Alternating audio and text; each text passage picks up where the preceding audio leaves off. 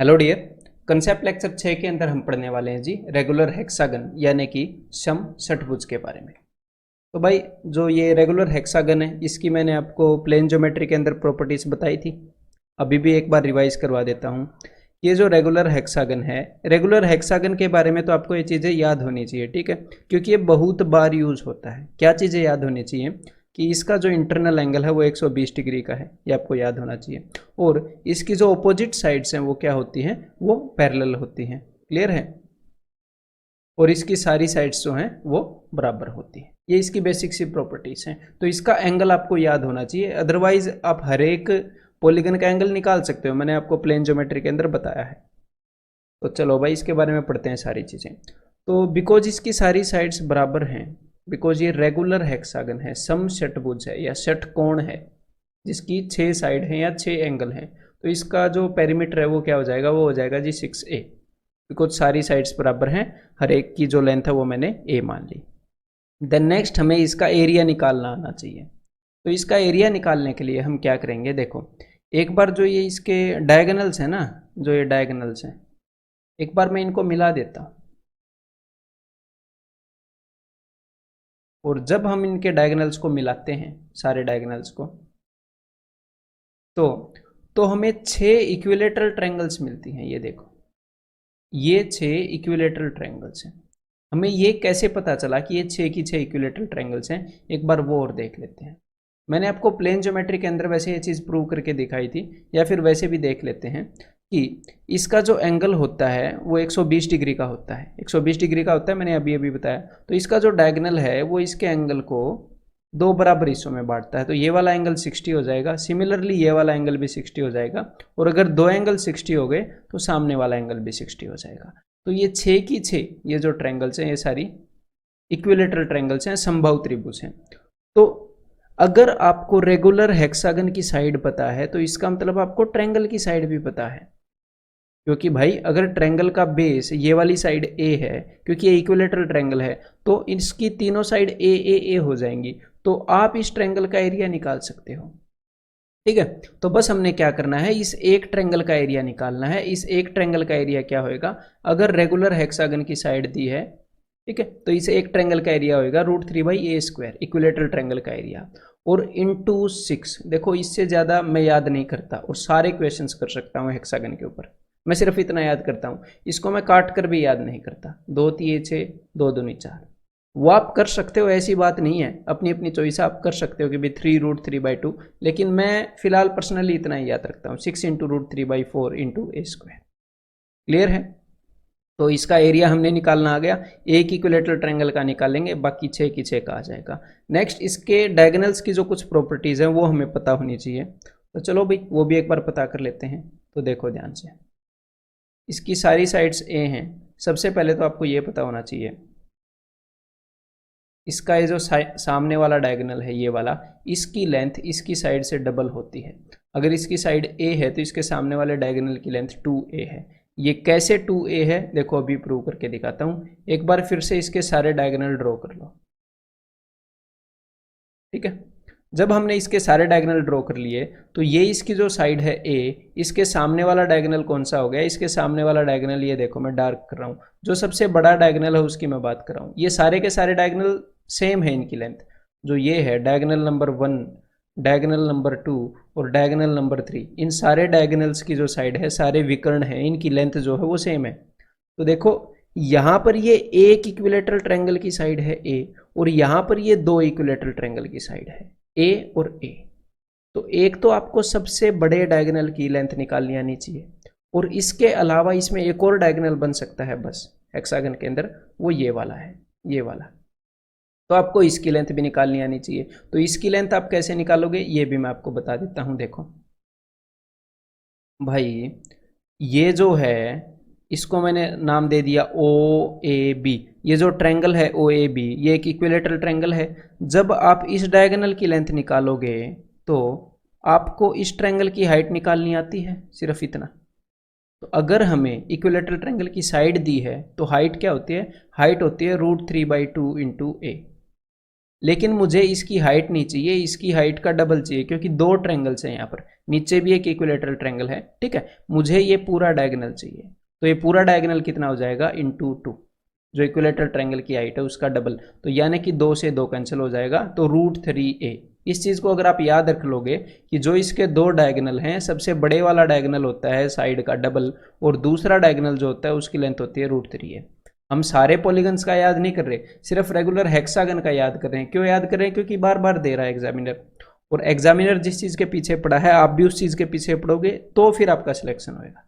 समझ में आ गई बात, उससे अलग चीज़ के पीछे पड़ जाओगे तो फिर आपका सिलेक्शन नहीं होएगा, ठीक है, बिना वजह फ्यूटाइल मेहनत होएगी। तो इसके बारे में ये सारी चीज़ें क्लियर हैं।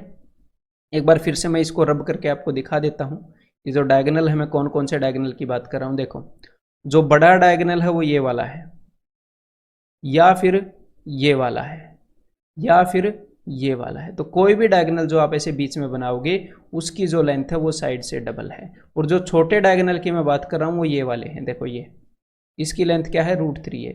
या फिर ये वाला, इसकी लेंथ क्या है, √3 है, इसकी लेंथ क्या है, √3। क्लियर है मेरे भाई। और एक और बात देखिएगा ध्यान से, ये जो डायगोनल है, ये जो डायगोनल है √3 है, ये इसके बराबर होएगा ना, इसके, यानी कि जो ऑपोजिट साइड्स के बीच में जो डिस्टेंस है वो भी √3a होता है। इसके लिए कुछ अलग से याद करने की जरूरत नहीं है, ये जो डायगोनल है ये ऑपोजिट साइड्स के बीच में डिस्टेंस ही है। ये मैंने आपको इसकी हाइट ही बताई है कि इसकी हाइट क्या होती है, √3a। बस हम फिगर को अच्छे से देख रहे हैं, ठीक है भाई। तो अब चलिए इसी के ऊपर बेस्ड कुछ क्वेश्चंस करते हैं जरा, फिर आगे और भी कंसेप्ट मैं आपको बताऊंगा। ये ट्राई करो जरा। The area of a regular hexagon of side 2√3 centimetre is what. तो देखो भाई, हमें side they the regular hexagon की, तो एरिया हो जाएगा √3/4 इंटू एक इक्विलेटरल ट्रायंगल का एरिया इंटू a स्क्वायर, यानी कि 2√3 का स्क्वायर, 2 का स्क्वायर 4, √3 का स्क्वायर 3 इंटू 6। ऐसी ऐसी 6 इक्विलेटरल ट्रायंगल होती हैं, मैंने आपको बताया।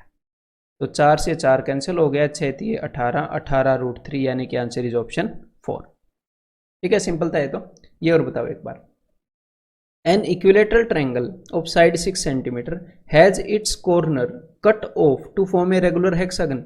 एक इक्विलेटरल ट्रायंगल है, इसको ट्राई कर लेना पहले खुद से। हमने क्या किया, हमने इसके कोने काट दिए ताकि एक रेगुलर हेक्सागन बन सके। तो इसके कोने कैसे काटने पड़ेंगे, ऐसे काटने पड़ेंगे। ये एक कोना काट दिया, ये दूसरा भी काट दिया, ये तीसरा भी काट दिया। तो जब आप इसके इन 3 कोनों को, इन 3 कॉर्नर्स को काट दोगे तो ये जो बीच में जो फिगर बची है वो इस तरह से एक हेक्सागन बची है। देखो, एक हेक्सागन बन गया ना। तो एग्जामिनर पूछ रहा है कि भाई इस हेक्सागन का एरिया कितना होएगा, area of this regular hexagon will be. तो देखो ध्यान से, इसकी आमने सामने वाली लाइंस जो होती हैं, इसकी आमने सामने वाली लाइंस वो क्या होती हैं, वो पैरेलल्स होती हैं, पैरेलल होती हैं एक दूसरे के। ठीक है, अगर बेस के पैरेलल आप कोई लाइन खींचोगे किसी भी ट्रायंगल में, तो ये जो ऊपर छोटी सी ट्रायंगल बनेगी और ये जो पूरी बड़ी ट्रायंगल है, वो दोनों ट्रायंगल सिमिलर होंगी। जी हाँ, सिमिलर होंगी। ठीक है, तो इसका मतलब ये जो छोटी ट्रायंगल है ये भी इक्विलेटरल होएगी, क्योंकि पूरी बड़ी ट्रायंगल इक्विलेटरल है। जी हाँ। अब देखो, ये जो रेगुलर हेक्सागन है इसकी साइड मैंने मान ली a, तो ये भी a होएगा, ये भी a होएगा, इसकी सारी साइड्स क्या होंगी, a। अब आप सिर्फ ऊपर वाली ट्रायंगल देखो, ऊपर वाली ये जो ट्रायंगल है इसके बेस की लेंथ कितनी है, इसके बेस की लेंथ है a, और ये एक इक्विलेटरल ट्रायंगल है, तो इसकी साइड भी a हो जाएगी, इसकी ये वाली साइड भी a हो जाएगी। सिमिलरली ये यहाँ पर जो ट्रायंगल बनेगी ऊपर वाले की तरह, ये भी इक्विलेटरल है, तो इसकी लेंथ भी a बनेगी। तो मैं यहाँ पर आपको क्या कहना चाह रहा हूँ, इस बात को ध्यान रखिएगा, क्योंकि इस सिचुएशन को कई बार यूज कर चुका है एग्जामिनर। जब भी हम एक इक्विलेटरल ट्रायंगल में से कोनों को काट कर एक रेगुलर हेक्सागन बनाते हैं, तो रेगुलर हेक्सागन की साइड कितनी आती है पता है, जो भी इक्विलेटरल ट्रायंगल की साइड होती है वो 3 हिस्सों में ऐसे बढ़ती है इक्वली, और रेगुलर हेक्सागन की साइड आती है उसकी 1/3।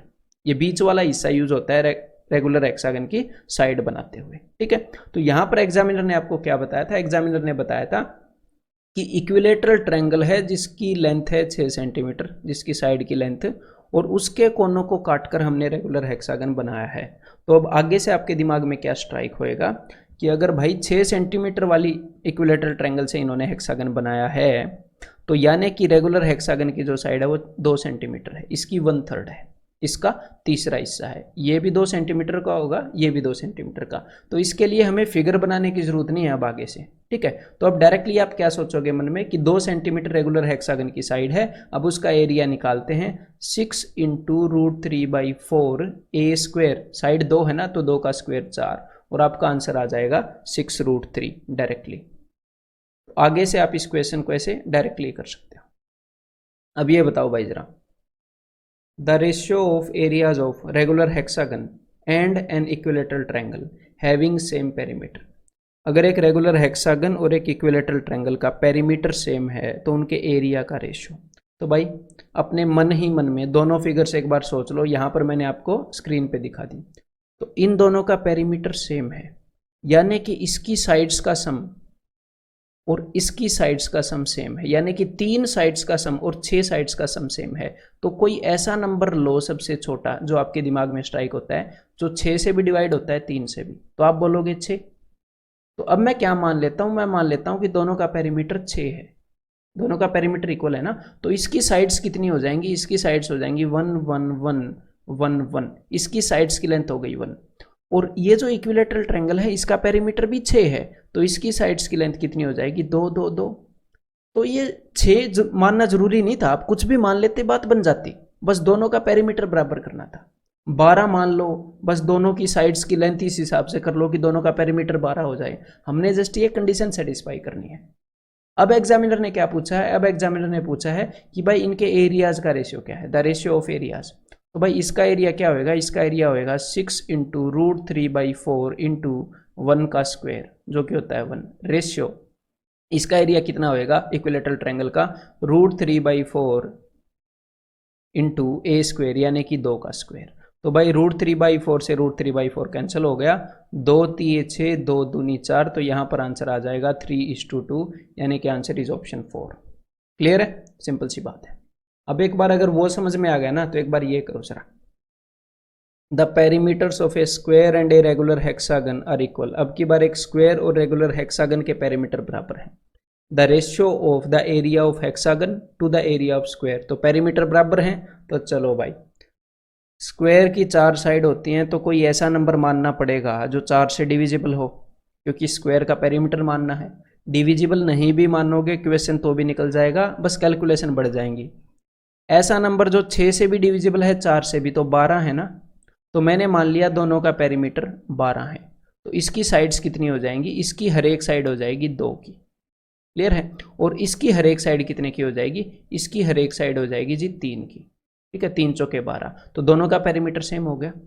अब रेगुलर हेक्सागन का एरिया कितना हो जाएगा, 6 इंटू √3/4 इंटू 2 का स्क्वायर 4, और इसका पेरीमीटर कितना हो, सॉरी इसका एरिया कितना हो जाएगा, एरिया का रेशियो पूछा है 3 3 9।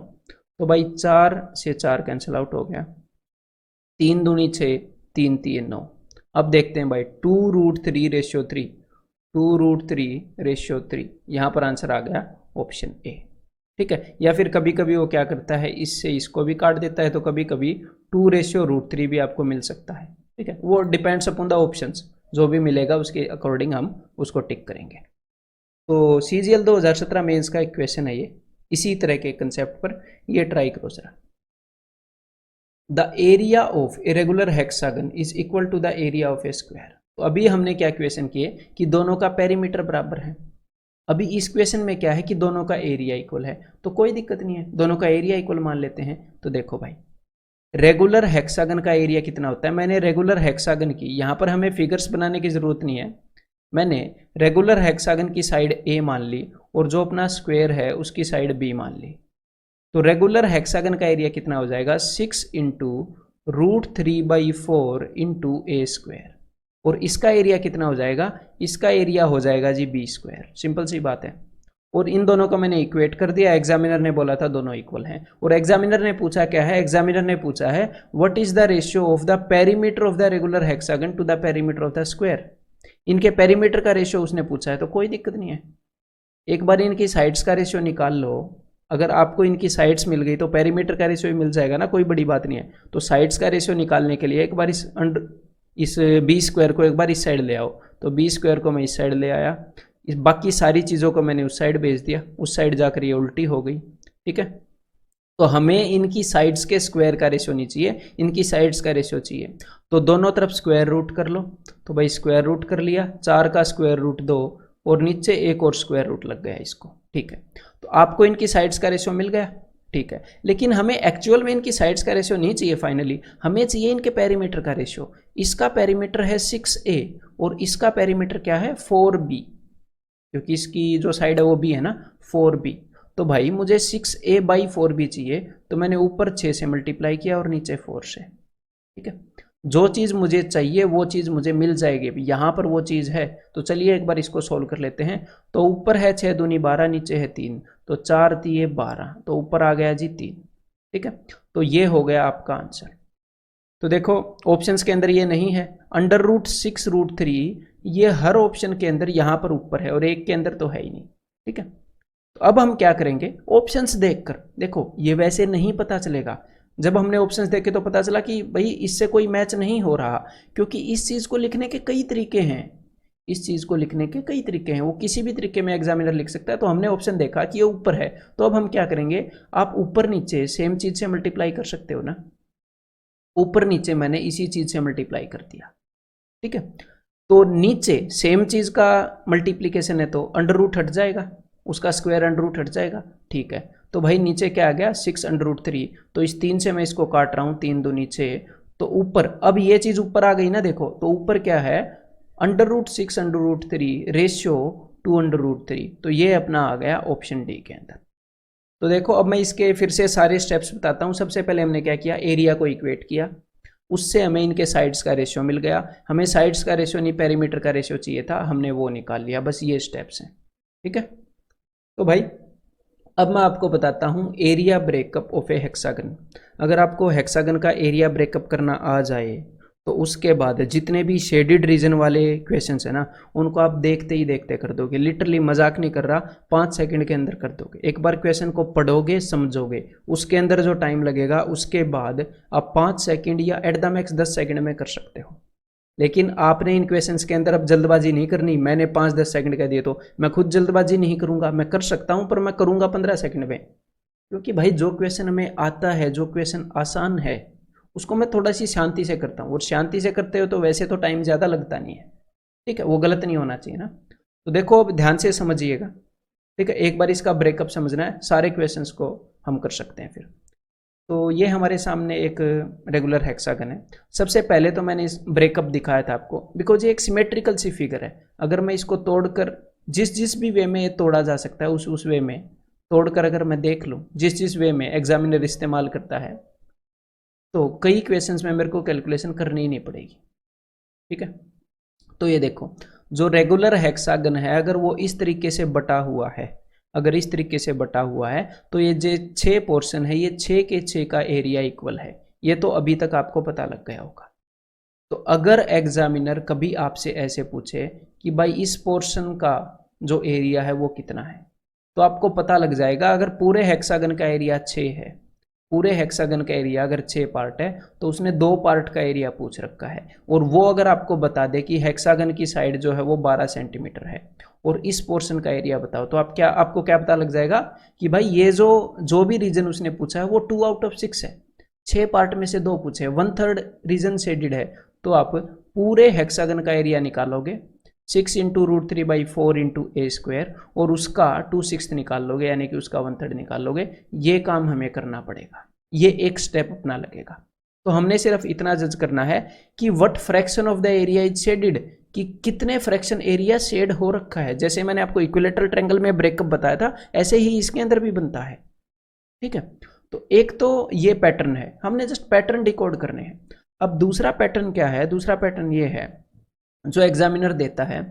एग्जामिनर कई बार इस चीज़ का यूज़ करता है, पॉइंट्स को एक छोड़कर एक मिला देता है। ये वाली ट्रायंगल आपको देता है। अब ये वाली ट्रायंगल, इसको मैं कैसे देख सकता हूँ वो मैं आपको बताता हूँ। देखो इसको कैसे ऑब्टेन किया जा सकता है। ये जो ट्रायंगल है, ये एक तो इक्विलेटरल ट्रायंगल बनेगी, ये ट्रायंगल इक्विलेटरल ट्रायंगल बनेगी। और मान लो ये इसका सेंट्रोइड है, इसका जो सेंट्रोइड होएगा ना, वो वही होएगा जहाँ पर सारे डायगोनल मिलते हैं, सिमेट्री के कारण। सिमेट्री के कारण, देखो वही हुआ ना। तो इसका जो सेंट्रोइड है, अगर मैं ट्रायंगल के सेंट्रोइड को मिलाता हूँ इक्विलेटरल ट्रायंगल के, या फिर किसी भी ट्रायंगल के सेंट्रोइड को मिलाता हूँ, तो यहाँ पर क्या होएगा देखो जरा।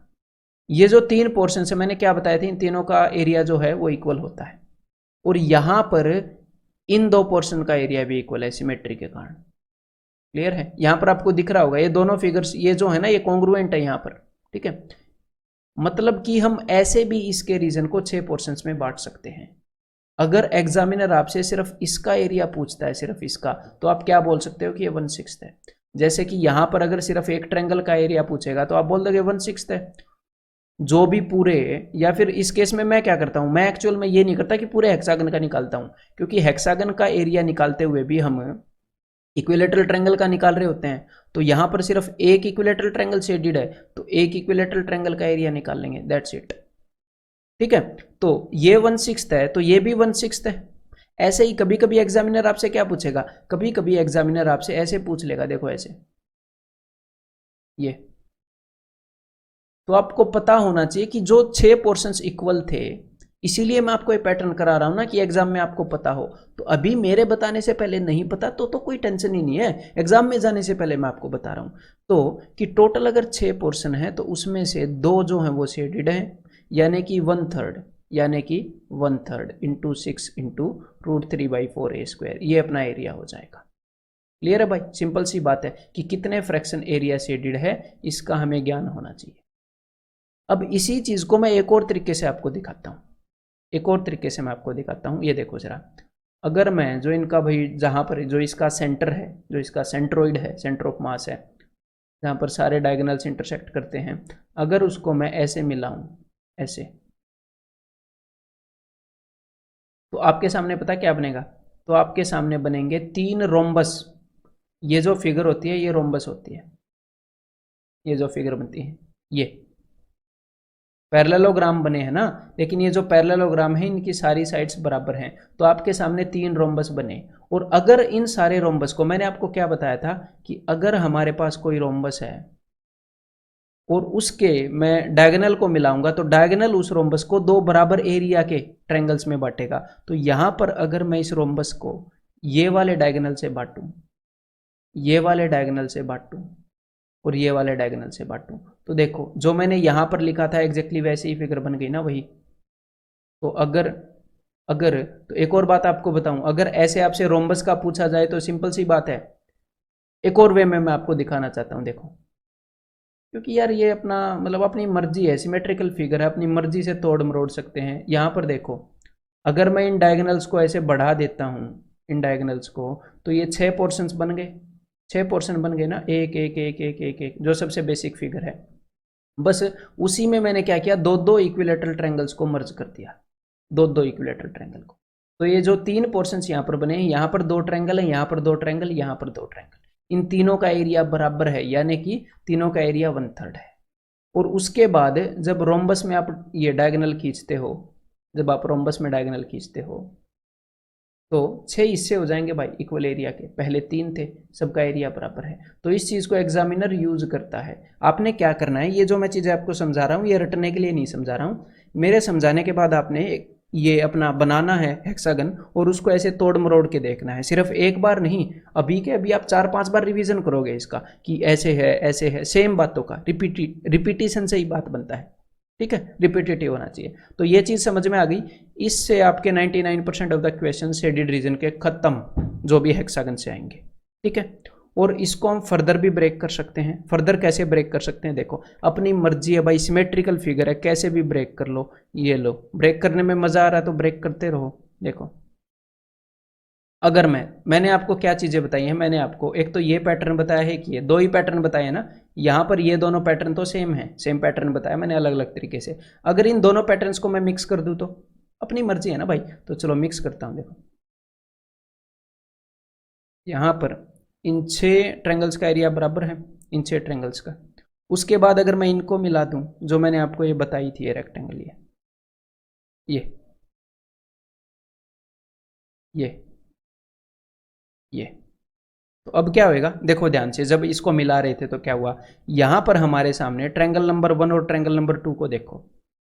ट्रायंगल नंबर 1 और 2 को आप ऐसे देखोगे, कैसे देखोगे कि दो इक्विलेटरल ट्रायंगल्स ऐसे मिली हुई हैं, ऐसे, ये ट्रायंगल नंबर 1 और 2 ऐसे हैं और इनके बीचों बीच एक लाइन जा रही है, तो ये दोनों इक्विलेटरल ट्रायंगल को बराबर एरिया में डिस्ट्रीब्यूट करिए सिमेट्री के कारण। ठीक है, यहां पर हो सकता है पूरी फिगर में आप ऐसे इमेजिन ना कर पाओ, तो यहां पर क्या हो रहा है, ये बराबर एरियाज में डिस्ट्रीब्यूट कर रही है। तो पहले यहां पर 6 रीजन थे, 1 2 3 4 5 6, यहां पर मैंने क्या कर दिया, 2 रीजन्स के 4 बना दिए, फिर 2 रीजन्स के 4 बना दिए, मैंने 12 बराबर एरियो में डिस्ट्रीब्यूट कर दिया इसको, 1 1 1 1 1 1 1 1 1 1।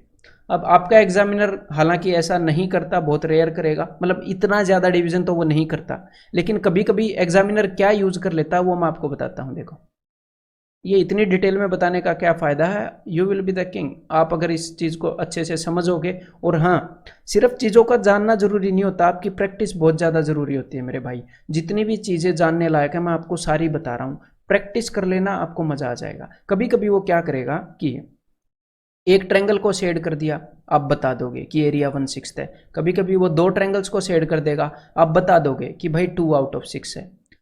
लेकिन अगर वो कभी कभी 1.5 2.5 इतने ट्रायंगल्स को शेड कर दे, तो कैसे शेड कर सकता है ये देखो, उसने एक ट्रायंगल को शेड किया, एक और ट्रायंगल को शेड किया, फिर उसने क्या किया, उसने लाइन ड्रॉ कर दी और इस रीजन को भी शेड कर दिया। तब आपको क्या देखना पड़ेगा कि टोटल 6 में से 1 2 2.5, टोटल 6 में से 2.5 ट्रायंगल शेडेड हैं। इस लाइन को अगर वो पूरा मिला देगा ऐसे, समझ में आ गई बात। तो ये चीज़ें जब आप खुद सोचोगे, अभी मैं बता रहा हूं तो थोड़ी सी आपको ऐसा भी लग सकता है कि यार ये तो काफ़ी कंफ्यूजिंग हो गया, आपको ऐसा लग सकता है। It is very much easy then अगर आप क्वेश्चन को दूसरे वे से सोल्व करोगे कन्वेंशनल से, बात को ध्यान रखना। ठीक है, तो 2.5 आउट ऑफ 6 उस टाइम शेडेड था। या फिर अगर एग्जामिनर ये भी करे, मुझे ये भी पता है, ध्यान से सुनिएगा, देखो ये जो रीजन है ये भी 1/6 है और ये जो रीजन है ये भी 1/6 है, ये दोनों बराबर ही बात है। अगर एग्जामिनर आपसे ये वाला पूछ ले कि भाई उसने इस चीज को शेड कर दिया ऐसे, तो ये भी एक ट्रायंगल है, इसी रीजन के बराबर है ये भी, क्योंकि ये रीजन भी 1/6 है, ये रीजन भी 1/6 है, दोनों बराबर हैं। बस हुआ क्या, यहां पर देखो, यहां पर जो इक्विलेटरल ट्रायंगल थी यहां पर वो ऐसे थी, और यहां पर क्या हुई, इक्विलेटरल ट्रायंगल को हाफ किया ऐसे और इस दूसरे वाले हाफ को उसके नीचे चिपका दिया ऐसे, तो बात वही है, बराबर है। ठीक है, तो कभी कभी अगर इसको मिक्स भी कर दे, तो वो जनरली ऐसा करता नहीं, वो ऐसे भी कर दे तो भी 6 में से 2 पार्ट शेडेड है। लेकिन मैं आपको बता रहा हूं कि कंसेप्ट को लेकर हम कितने अंदर तक जा सकते हैं पैटर्न को डिकोड करके। तो क्लियर है, ये चीज़ मैंने आपको बता दी, मतलब इसका फर्दर भी ब्रेकअप कर सकते हैं, अपनी मर्जी है, इससे ज़्यादा आपने नहीं जाना है। क्लियर है।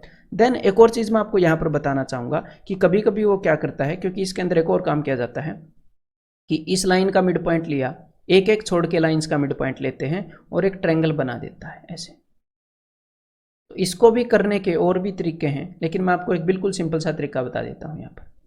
देखो भाई ध्यान से, कि मैंने आपको एक चीज़ बताई थी, ये जो बीच वाला, ये वाला जो डायगोनल होता है, ये जो बड़े वाला डायगोनल होता है, एक बार इसको भूल जाओ, ये जो बड़े वाला डायगोनल होता है इसकी लेंथ क्या होती है, इसकी लेंथ होती है, अगर इसकी लेंथ a है तो इसकी लेंथ 2a है ना, यही होती है ना। अब उस चीज़ को फिर से याद करो, उसको भूल गए थे ना। अब देखो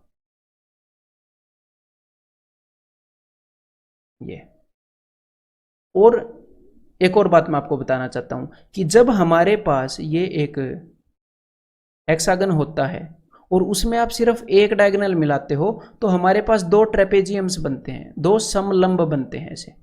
ठीक है, तो यहां पर जब इस डायगोनल को मैंने ऐसे ये डायगोनल खींचा, तो ये एक ट्रेपेजियम बन गया, ये वाला हिस्सा ऐसे, ये वाला। क्लियर है। तो मैंने ट्रेपेजियम के अंदर आपको क्या बताया था, ध्यान से सुनिएगा, ट्रेपेजियम के अंदर मैंने आपको क्या बताया था कि जब हमारे पास एक ट्रेपेजियम है, यहां पर ड्रॉ कर लेते हैं भाई, और ये वाली साइड A है और ये वाली साइड B है, अगर इनके मिड पॉइंट्स को जोड़ेंगे तो ये जो साइड आएगी ये इन दोनों का एवरेज आएगी। तो यहां पर भी देखो, यहां पर हमारे पास ट्रेपेजियम है ABCD और उसके मिड पॉइंट्स को जोड़ा गया है, AD का मिड पॉइंट E और BC का मिड पॉइंट F। तो ये जो साइड होएगी ये इसका और इसका, इन दोनों का एवरेज होएगी। समझ में आ गई बात। तो इस वाली साइड की लेंथ क्या होगी, 2 + 1 3, तो 3/2a। जब ऐसी ट्रायंगल एग्जामिनर बनाए तो आप क्या कर सकते हो कि भाई ए की जो भी वैल्यू है अपने रेगुलर हेक्सागन की जो भी साइड है, मान लो रेगुलर हेक्सागन की साइड है 6, तो इसकी साइड क्या हो जाएगी 6 इंटू 3/2, यानी कि कितनी हो गई 2 3 6 9 हो गई। तो आपने सिर्फ एक इक्विलेटरल ट्रायंगल का एरिया निकालना है जिसका एरिया हो जाएगा √3/4 इंटू ए स्क्वायर इंटू 9 इंटू 9। क्लियर है भाई? मैं आपको यहाँ पर रेशियो भी बता सकता था रेगुलर हेक्सागन का और इस ट्रायंगल का, लेकिन मैं आपको यहाँ पर रियल अंडरस्टैंडिंग बताना चाह रहा था कि देखो ये कहाँ से आ रहा है। तो अब क्वेश्चंस के लिए तैयार हो?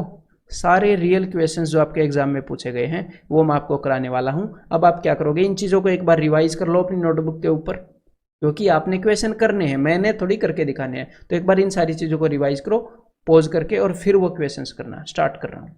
और सारे क्वेश्चंस मेरे कराने से पहले आप खुद करोगे, ठीक है? सारे क्वेश्चन सीजीएल 2017 मेंस से मैंने लिए हैं ये वाले। अब देखो भाई, N equilateral triangle of area, तो एक इक्विलेटरल ट्रायंगल की बात कर रहा है वो यहाँ पर, ठीक है? इसका एरिया है 300 centimetre square, is cut from its 3 vertices. तो अब की बार उसने क्या किया, इक्विलेटरल ट्रायंगल को उसके कोने काट कर उसने हेक्सागन बनाया। तो ये मैंने आपको बनाकर दिखाया था कि भाई ये कैसे बनेगा, ठीक है? ये ऐसे बनेगा, ये वाली जो फिगर है ये हेक्सागन बन जाएगी इसके 3 कोने काट के। और अब उसने क्या बोला है, area of the hexagon is what percent of the area of the triangle. तो जो हेक्सागन का एरिया है वो ट्रायंगल के एरिया का कितना प्रतिशत है। तो देखो अपना वही बेसिक इसका डिवीजन करो एक बार। इस हेक्सागन के अंदर कितनी ट्रायंगल्स हैं, कितनी इक्विलेटरल ट्रायंगल हैं, 6 हैं। और ये जो पूरी ट्रायंगल है ये देखो, जो ये वाली ट्रायंगल है ये वाली और जो ये वाली है, दोनों इक्विलेटरल ट्रायंगल है। मैंने क्या बताया था कि ऊपर वाली ट्रायंगल इक्विलेटरल बनती है जब इक्विलेटरल ट्रायंगल से हम हेक्सागन काटते हैं तो। और दोनों की ये जो साइड है कॉमन है, यानी कि दोनों का एरिया बराबर है। तो देखो भाई, इसका भी एरिया 1 है, इसका भी 1 है, इसका भी 1 है। तो एग्जामिनर ने पूछा है कि हेक्सागन का एरिया कितने प्रतिशत है पूरी ट्रायंगल का। तो पूरी जो बड़ी ट्रायंगल है उसके अंदर छोटी छोटी 9 ट्रायंगल हैं, 6 तो अपने हेक्सागन के अंदर हैं, 3 बाहर हैं, और उसमें से 6 हेक्सागन के अंदर हैं। तो हेक्सागन का जो एरिया है वो 2/3 है। हमें 300 की जरूरत नहीं है इसके लिए। हेक्सागन का एरिया 2/3 है, और 2/3 क्या होता है 66.66%, यानी कि आंसर इज ऑप्शन ए। तो अगर आपको ये पता है कि भाई हेक्सागन को हम कैसे ब्रेक कर सकते हैं, ये पैटर्न्स आपको पता है इक्विलेटरल ट्रायंगल से वो कैसे बनता है, तो देखो इस क्वेश्चन में आपको ज़्यादा टाइम नहीं लगने वाला है। एक बार ये क्वेश्चन ट्राई करो जरा, एक्चुअल क्वेश्चन आया हुआ। In the given figure A B C D E F is a regular hexagon. तो देखो भाई रेगुलर हेक्सागन कहाँ है, छुपा हुआ है यहाँ पर, A B C D E F and A, ये अपना रेगुलर हेक्सागन है। अब आगे एग्जामिनर ने क्या बताया है, आगे एग्जामिनर ने बताया है कि भाई हुज साइड इज 6, ठीक है, इसकी साइड 6 है। A P F Q A B, यानी कि ये जो ए पी एफ है, यानी कि ये वाली जो ट्रायंगल है, क्यू ए बी ये वाली जो ट्रायंगल है, ये वाली जो ट्रायंगल है, ये वाली है, ये सारी इक्विलेटरल हैं, ठीक है। और इन ट्रायंगल्स की साइड कितनी है, इन ट्रायंगल की साइड भी इस हेक्सागन के साइड जितनी है, देखो हेक्सागन के ऊपर बनी हुई है। What is the area of the shaded region, तो शेडेड रीजन का कितना एरिया है। देखो आपको सिंपल सा काम करना है, आपको बस इस हेक्सागन को डिवाइड करना है। आधा तो ये डिवाइड हो रखा है, यहाँ पर तो उसने लाइन खींच रखी है एग्जामिनर ने, बस एक लाइन एक डायगोनल नहीं बनाया था। तो इसका एरिया भी 1 है, इसका भी 1, इसका भी 1, इसका भी 1, इसका भी 1, इसका भी 1। और हमें पता है कि ये भी एक इक्विलेटरल ट्रायंगल है जिसकी साइड इतनी ही है जितनी कि इस वाली इक्विलेटरल ट्रायंगल की है, तो इसका एरिया भी 1। तो एग्जामिनर ने आपसे पूछा है शेडेड रीजन का एरिया। तो सिंपल सी बात है, मेरे को एक बात बताओ, कितनी इक्विलेटरल ट्रायंगल, ये जितनी भी ट्रायंगल्स यहाँ पर बन रही है इक्विलेटरल हैं, कितनी इक्विलेटरल ट्रायंगल शेडेड हैं। 1 2 3 4 5 6 7 8 शेडेड हैं। तो एक इक्विलेटरल ट्रायंगल का एरिया क्या होएगा, एक इक्विलेटरल ट्रायंगल का एरिया होएगा √3/4 इंटू ए स्क्वायर, और इक्विलेटरल ट्रायंगल की साइड है 6, मतलब कि 6 इंटू 6, और हमारे सामने है 8, ऐसी। तो बस 6 6 36, तो 4 9 में 36, 9 8 72, 72√3, यानी कि answer is option C. Clear है, समझ में आ गई। तो बस हेक्सागन को ब्रेक करना आना चाहिए अच्छे से। एक बार ये और ट्राई करो भाई जरा। इन the given figure ABCDEF is a regular hexagon whose side is 12 centimeter. What is the shaded area in centimeter square? तो हमें बस ये पता करना होगा कि ये रीजन जो है ये कौन सा है। देखो यहाँ पर उसने ये वाला डायगोनल नहीं बनाया है, ये वाला डायगोनल नहीं बनाया, तो और कभी कभी अगर आपको एग्जामिनर का जो डायग्राम है वो थोड़ा सा ऐसे लगे कि भाई क्या कर दिया, तो अपना पर्सनल भी बना सकते हो। तो देखो मैं आपको पर्सनल बना के बताता हूँ, फिर आपको समझ में आएगा, यहाँ पर कंफ्यूज हो जाओगे। देखो अगर मैं इसके सारे डायगोनल्स मिला देता हूँ ऐसे, एग्जामिनर ने हमसे पूछा क्या है वो मैं आपको बताता हूँ। देखो एग्जामिनर ने एक तो ये ट्रायंगल शेड कर रखी है, इसके सारे डायगोनल्स मिलाते हैं भाई। देखो एग्जामिनर ने एक तो ये 1/6 पोर्शन शेड कर रखा है, अब आपको यहाँ पर नजर आ गया होगा ये वाली ट्रायंगल शेड कर रखी है। उसके बाद उसने क्या किया है भाई साहब ने, उसके बाद उसने यहाँ पर एक लाइन ड्रॉ की, ये वाली लाइन क्या करती है, इस ट्रायंगल के एरिया को बराबर हिस्सों में बांटती है, और उसने सिर्फ आधी ट्रायंगल शेड कर दी। वो पूरी ट्रायंगल भी शेड कर सकता था, ऐसे आपको पता लग जाता कि 6 में से 2 शेड कर दी, लेकिन उसने क्या किया, उसने ये लाइन ड्रॉ करके ट्रायंगल को आधे आधे हिस्से में कर दिया। तो कुल मिलाकर उसने एक और यहाँ पर आधी 1.5 ट्रायंगल को शेड किया है, यानी कि कुल मिलाकर 3/2 ट्रायंगल्स का रीजन उसने शेड कर दिया। तो हम 3/2 ट्रायंगल्स का एरिया निकाल लेंगे। एक ट्रायंगल का एरिया कितना है, हेक्सागन की साइड 12 है, तो ट्रायंगल की साइड भी 12 है, हर एक ट्रायंगल की साइड भी उतनी है। तो भाई ट्रायंगल का एरिया हो गया √3/4 इंटू 12²। ये तो हो गया एक ट्रायंगल का एरिया, हमें चाहिए 1.5 ट्रायंगल का एरिया, यानी कि इंटू 3/2। तो भाई 4 तिये 12, 2 छिक्के 12, तो 6 तिये 18 तिये 54, 54√3। तो यहाँ पर आंसर हो जाएगा ऑप्शन ए। क्लियर है भाई, सिंपल है। ठीक है, अब ये वाला बताओ एक बार।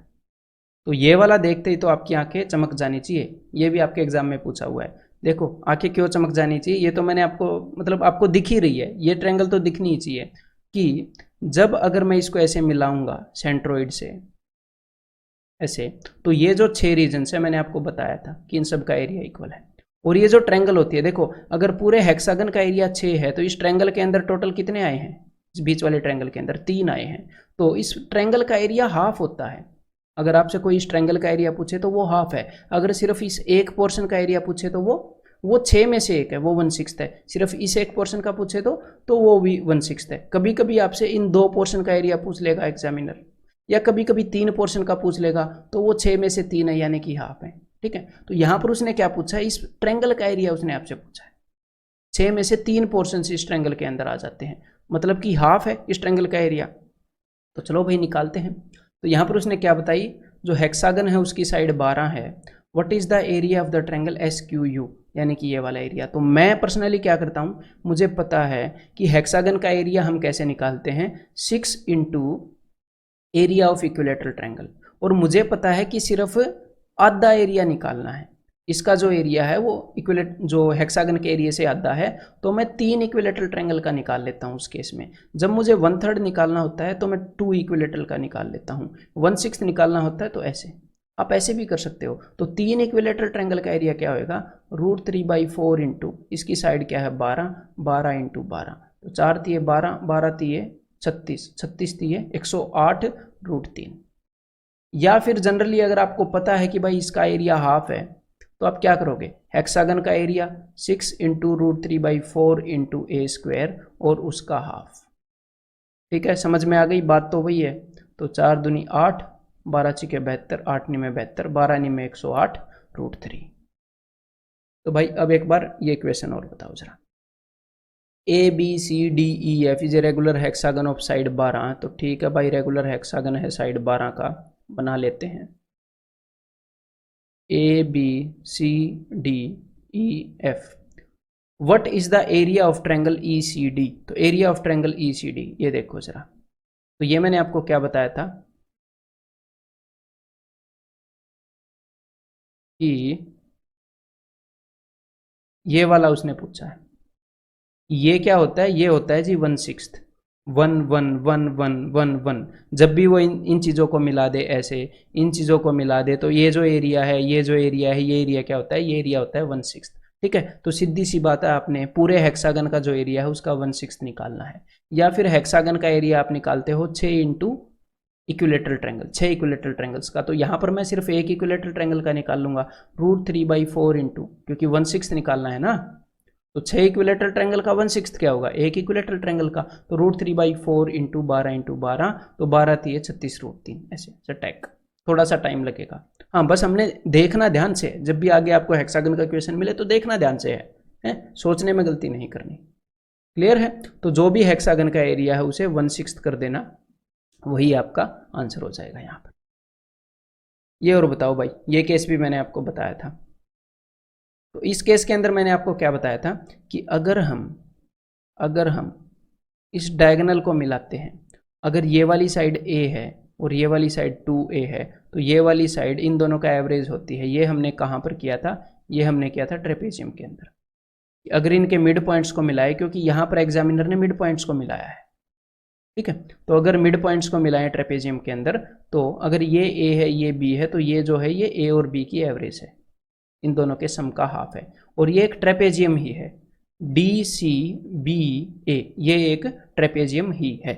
तो चलिए भाई, अब हेक्सागन की साइड क्या दी है एग्जामिनर ने हेक्सागन की साइड दी है जी 12। तो ये सामने वाली ए डी, ये क्या हो जाएगी? ये हो जाएगी 18। तो ये क्या हो जाएगी? ये इन दोनों का सम है, सॉरी 18 नहीं भाई, क्या कर दिया, 18 तो ये होएगी, वो दिमाग कभी कभी देखो जुबान से तेज चल पड़ता है। तो ये हो जाएगी 24। तो इन दोनों का सम है 36, तो 36 का आधा 18, ठीक है। तो ये वाली साइड 18 हो जाएंगी। और अब आपको ऐसे लंबा जाने की जरूरत नहीं है, पहले इस पर फिर इस पर। हमें पता है कि ये वाली साइड इसकी डबल होएगी और फिर दोनों को जोड़कर ये निकालेंगे। तो मुझे पता है कि इसकी साइड जो भी होती है, ये वाली साइड उसकी 1.5 गुना होती है, तो 12 का 1.5 गुना 18, ठीक है। तो हमें निकालना क्या है? एग्जामिनर ने बोला है हमें निकालना है एरिया ऑफ ट्रायंगल PQR। तो भाई देखो, हेक्सागन की साइड गिवन है, उससे हमें ट्रायंगल की साइड मिल गई, तो ट्रायंगल का एरिया निकाल दो, ये हमेशा इक्विलेटरल बनेगी। √3/4 इंटू 18 इंटू 18, तो 2 निमे 18, 2 निमे 18, 9 निमे 81 √3। तो देखो हम इसको ऐसे निकाल सकते हैं। और बाकी इसको ऑब्जर्व करने के हर एक क्वेश्चन को कई तरीके होते हैं, तो इसको भी देखो एक तरीके से मैं ऑब्जर्व करके बता देता हूँ। एंड ऑब्जर्व करने से पहले मैं ये भी बता रहा हूँ कि मैं ये एक्सपेक्ट नहीं करता कि आप ऐसे करोगे जो मैं अभी बता रहा हूँ, ठीक है। जो मैंने आपको पहले बताया बिल्कुल सिंपल सा तरीका है।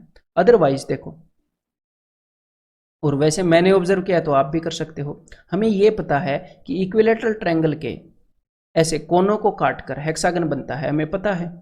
तो मुझे पता है कि कोई भी हेक्सागन जो बनता है, अगर मैं ऐसे इसको बढ़ा दूंगा, पहले उस चीज़ को पूरा लिख लेते हैं ताकि आपको समझ में आ जाए। इसके कोनों को काट के हेक्सागन बनता है, और ये जो तीनों चीज़ें होती हैं, ये तीनों चीज़ें बराबर होती हैं। अब देखो, अब मुझे पता है, क्योंकि भाई वो कंसेप्ट मुझे पता है, तो हेक्सागन ऐसे भी बन सकता है। तो हेक्सागन जो है वो एक इक्विलेटरल ट्रायंगल बनाया जा सकता है ऐसे बढ़ाकर, ठीक है। और ये तीनों पोर्शंस जो होते हैं, ये तीनों पोर्शंस बराबर होते हैं। अब देखो, एग्जामिनर ने हमें क्या बता रखा है? एग्जामिनर ने हमें बता रखा है 12, कि ये जो इक्विलेटरल ट्रायंगल है उसकी साइड 12 है, हेक्सागन की साइड 12 बता रखी है ना। और एक कंसेप्ट मैंने आपको बताया था कि भाई अब देखो, इक्विलेटरल ट्रायंगल की साइड यहाँ पर क्या बन गई? ये पूरी बड़ी वाली बन गई, और ये जो है ये मिड पॉइंट है। अगर ये इसका मिड पॉइंट है तो इस पूरे का भी मिड पॉइंट है, क्योंकि यहाँ पर 12 है, यहाँ पर भी 12 है, तो ये पूरे का मिड पॉइंट है, ठीक है। तो मैंने आपको क्या बताया था, जब आप ट्रायंगल के मिड पॉइंट्स को मिलाते हो, तो ये वाली जो बीच में ये जो ट्रायंगल बनेगी, ये जो चारों ट्रायंगल का एरिया 1 1 1 होता है, तो इस बीच वाली ट्रायंगल का एरिया क्या है? पूरी के कंपैरिजन में 1/4, 1 1 1 1 है ना, तो पूरी का 4 है तो इसका 1 है। तो मुझे पता है कि अब अगर मैंने इससे एक इक्विलेटरल ट्रायंगल बना ली, इसकी जो लेंथ है वो तो 12 है हेक्सागन की लेंथ, तो पूरी इक्विलेटरल ट्रायंगल की लेंथ क्या होगी? 12 12 12 36। तो ये जो रीजन है ना, ये एक ऐसी इक्विलेटरल ट्रायंगल का 1/4 है जिसकी साइड 36 है, उसका 1/4 है एरिया। तो बस √3/4 इंटू a², तो ये बड़ी वाली इक्विलेटरल ट्रायंगल का एरिया और उसका 1/4 बस। तो भाई 4 निमे 36, 4 निमे 36, 9 निमे 81 √3, फिर से वही आंसर आ गया, ठीक है। मतलब ऐसे भी हम सोच सकते हैं। अदरवाइज जो मैंने आपको तरीका बताया वो बेसिक है, क्वेश्चन को कॉम्प्लेक्स करके हमें खुश नहीं होना चाहिए, ये उससे कॉम्प्लेक्स है वैसे कि देखा जाए तो, है ना। वो तरीका कितना सिंपल था, 1.5 गुना करो एंड सिंपली निकाल लो। बस ये मैंने आपको इसलिए बताया कि भाई ये चीज़ आपको याद रहे कि हेक्सागन जो है वो इक्विलेटरल ट्रायंगल से बन सकता है, तो हेक्सागन से हम इक्विलेटरल ट्रायंगल भी बना सकते हैं अगर कभी ज़रूरत पड़े, तो ये आपको याद रहे। तो भाई अब मैं आपको मिलता हूँ कंसेप्ट लेक्चर 7 में, सर्कल्स के कंसेप्ट में।